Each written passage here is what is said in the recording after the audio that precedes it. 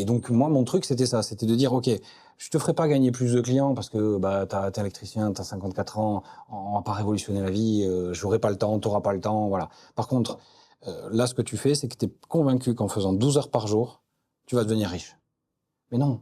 Là, tu te tues la santé, c'est tout. Parce que plus tu travailles, moins tu regardes tes papiers et plus tu creuses ta tombe. Parce que Et donc là, toi, t'arrives avec la solution. j'arrivais, je regardais les papiers, je disais bon voilà, là ça va pas, là tu perds de l'argent, là c'est pas bien. Là même, je regardais un peu la politique d'achat aussi parce que la politique d'achat souvent il la regarde pas. Les factures fournisseurs elles s'entassent et puis il va chez le fournisseur, il achète ses câbles et puis il s'est jamais aperçu que en réalité le même câble il est sur Amazon 2 fois moins cher. L'ami, va falloir faire quelque chose. Alors je sais que tu as l'habitude parce que l'électricien a l'habitude d'aller chez Rexel ou chez les mecs. Mais il faut regarder quand même autour de toi. Le monde, il a changé, il peut se passer des choses. Et tu feras exactement pareil. Le même taf, les mêmes clients. Et t'as fait ça pendant combien de temps? Et j'ai fait ça pendant 4 ans. Incroyable. Et du coup, t'as arrêté quand t'as fait ça, en fait. Mais Ouais. attends, mais moi j'ai une question, parce que j'ai même pas posé cette question-là. T'as 43 ans. Cette Oui. fois-ci, tu l'as depuis 5 ans. 7 maintenant. 7 ans. Ouais. Avant, t'as fait ça pendant 4 ans. Oui. Tu faisais quoi avant? Avant, j'étais artisan. J'avais une entreprise de fabrication d'agencement, de meubles, de cuisine. D'où le fait que ça, c'est des meubles qui venaient de chez Ouais, toi. ouais.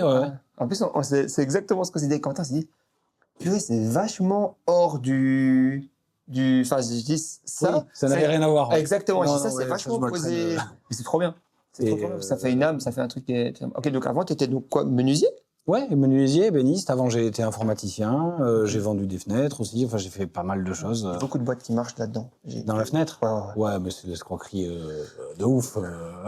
C'est pas de l'escroquerie. Non, mais c'est la méthode de vente à la dure. Ouais, C'est voilà. très... L'apprentissage, moi, je l'ai fait comme ça. Ils ont une force commerciale qui est dingue. Ah Moi, j'ai ouais. une boîte là à Lyon, ils font 5, ils se sont un trend à 7, et en vrai, ils aimeraient bien faire 10. Les mecs, c'est des tueurs. Ah, mais c'est des tueurs. Ah, mais c'est moi, des tueurs. moi, à la fin, je pouvais plus aller chez les gens, leur faire le coup du j'appelle mon boss et tout. Ah non, mais c'est plus possible. Non. Non.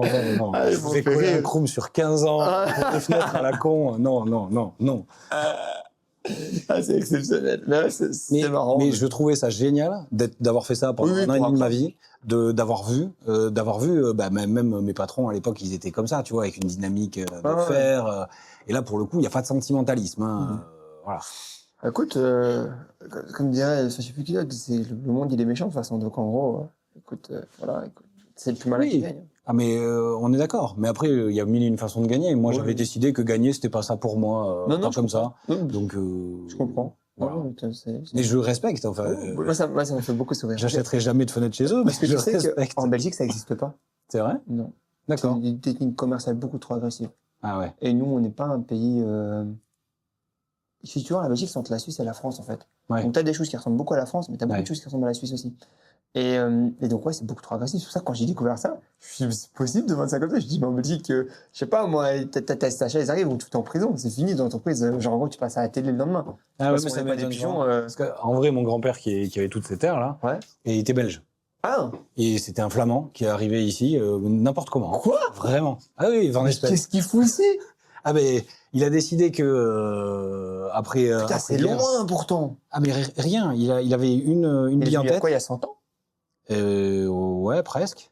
Ouais, pratiquement, ouais. Ah ouais, un flamand qui est venu ici. Ouais, il était passionné d'horticulture. Il était persuadé qu'il pouvait faire pousser. Tu l'as connu? Ouais, oui, Ok. très très bien. J'étais très proche de lui. Ok. Qui pouvait faire pousser des asperges dans les Landes. Il est arrivé.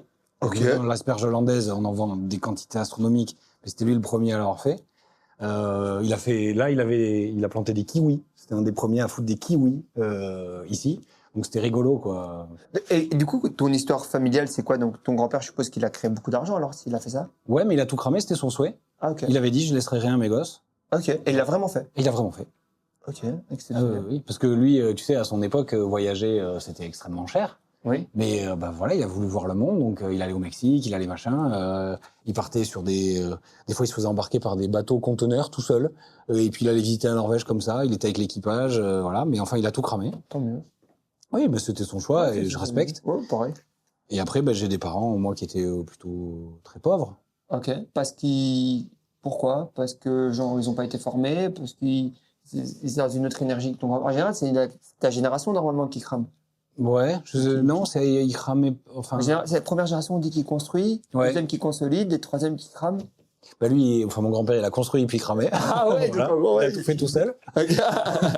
Et après, mon père, il a construit sa propre entreprise de fabrication de meubles. Ok. Donc il était ébéniste. Que t'as bossé dedans. J'ai bossé dedans, ouais. Qu'il a fait fonctionner correctement. Eh ben non, il a jamais gagné sa vie en fait. Sauf quand j'y étais moi. Parce que quand j'y étais moi, grosso modo, je sortais de la fenêtre. Je lui dis, écoute papa, moi tes cuisines, tes meubles, je vais te les vendre. Ouais. Ok, on met un budget, on achète un petit bâtiment dans une bonne zone où il y a déjà des cuisinistes, parce qu'ils vont drainer aussi un peu de. Et puis on y va. On fait un produit qui est différent et moi je vais t'en vendre. Je vais regarder. Il faut que j'en vende une par mois pour que ce soit rentable. C'est quoi, je vais te la vendre. Et donc j'ai fait ça. Mais au bout d'un moment, j'en ai eu marre du client particulier, ça me saoulait. Voilà, vraiment. Trop fort. Et donc je lui ai dit, ok, ce que je vais faire, c'est que je vais te faire 2 gros coups. Donc mon défi, c'est de te faire avoir 2 gros coups. Et la chance m'a souri. Je sais pas comment, mais je les ai faits. Et derrière, tu fermes. Et moi, je me casse. Ah, et il a fermé alors. Il a fermé. Ok. Ouais. Pourquoi? Ben parce que lui, c'était l'âge de la retraite. Hein, Ah ok, oui, donc pour lui c'était fini. Ok. Pour lui, c'était fini. Et moi, j'avais aucune vocation à continuer parce que je ne pouvais plus. Ce milieu m'intéressait. Enfin, il m'intéressait, mais les gens à qui tu vends m'intéressaient plus. J'avais plus envie de travailler comme ça, de cette manière-là. Si aujourd'hui tu as une boîte qui tourne à plus de 15 000 euros par mois et que tu en as marre de tout porter seul, alors écoute bien. Mon équipe et moi, on accompagne des entrepreneurs comme toi à structurer et à scaler leur business. Alors clique sur le lien en description, on regarde ensemble où est-ce que tu en es, ce qui te bloque et surtout comment on peut t'aider à passer au niveau supérieur. J'espère qu'on aura l'occasion de bosser ensemble. À tout de suite.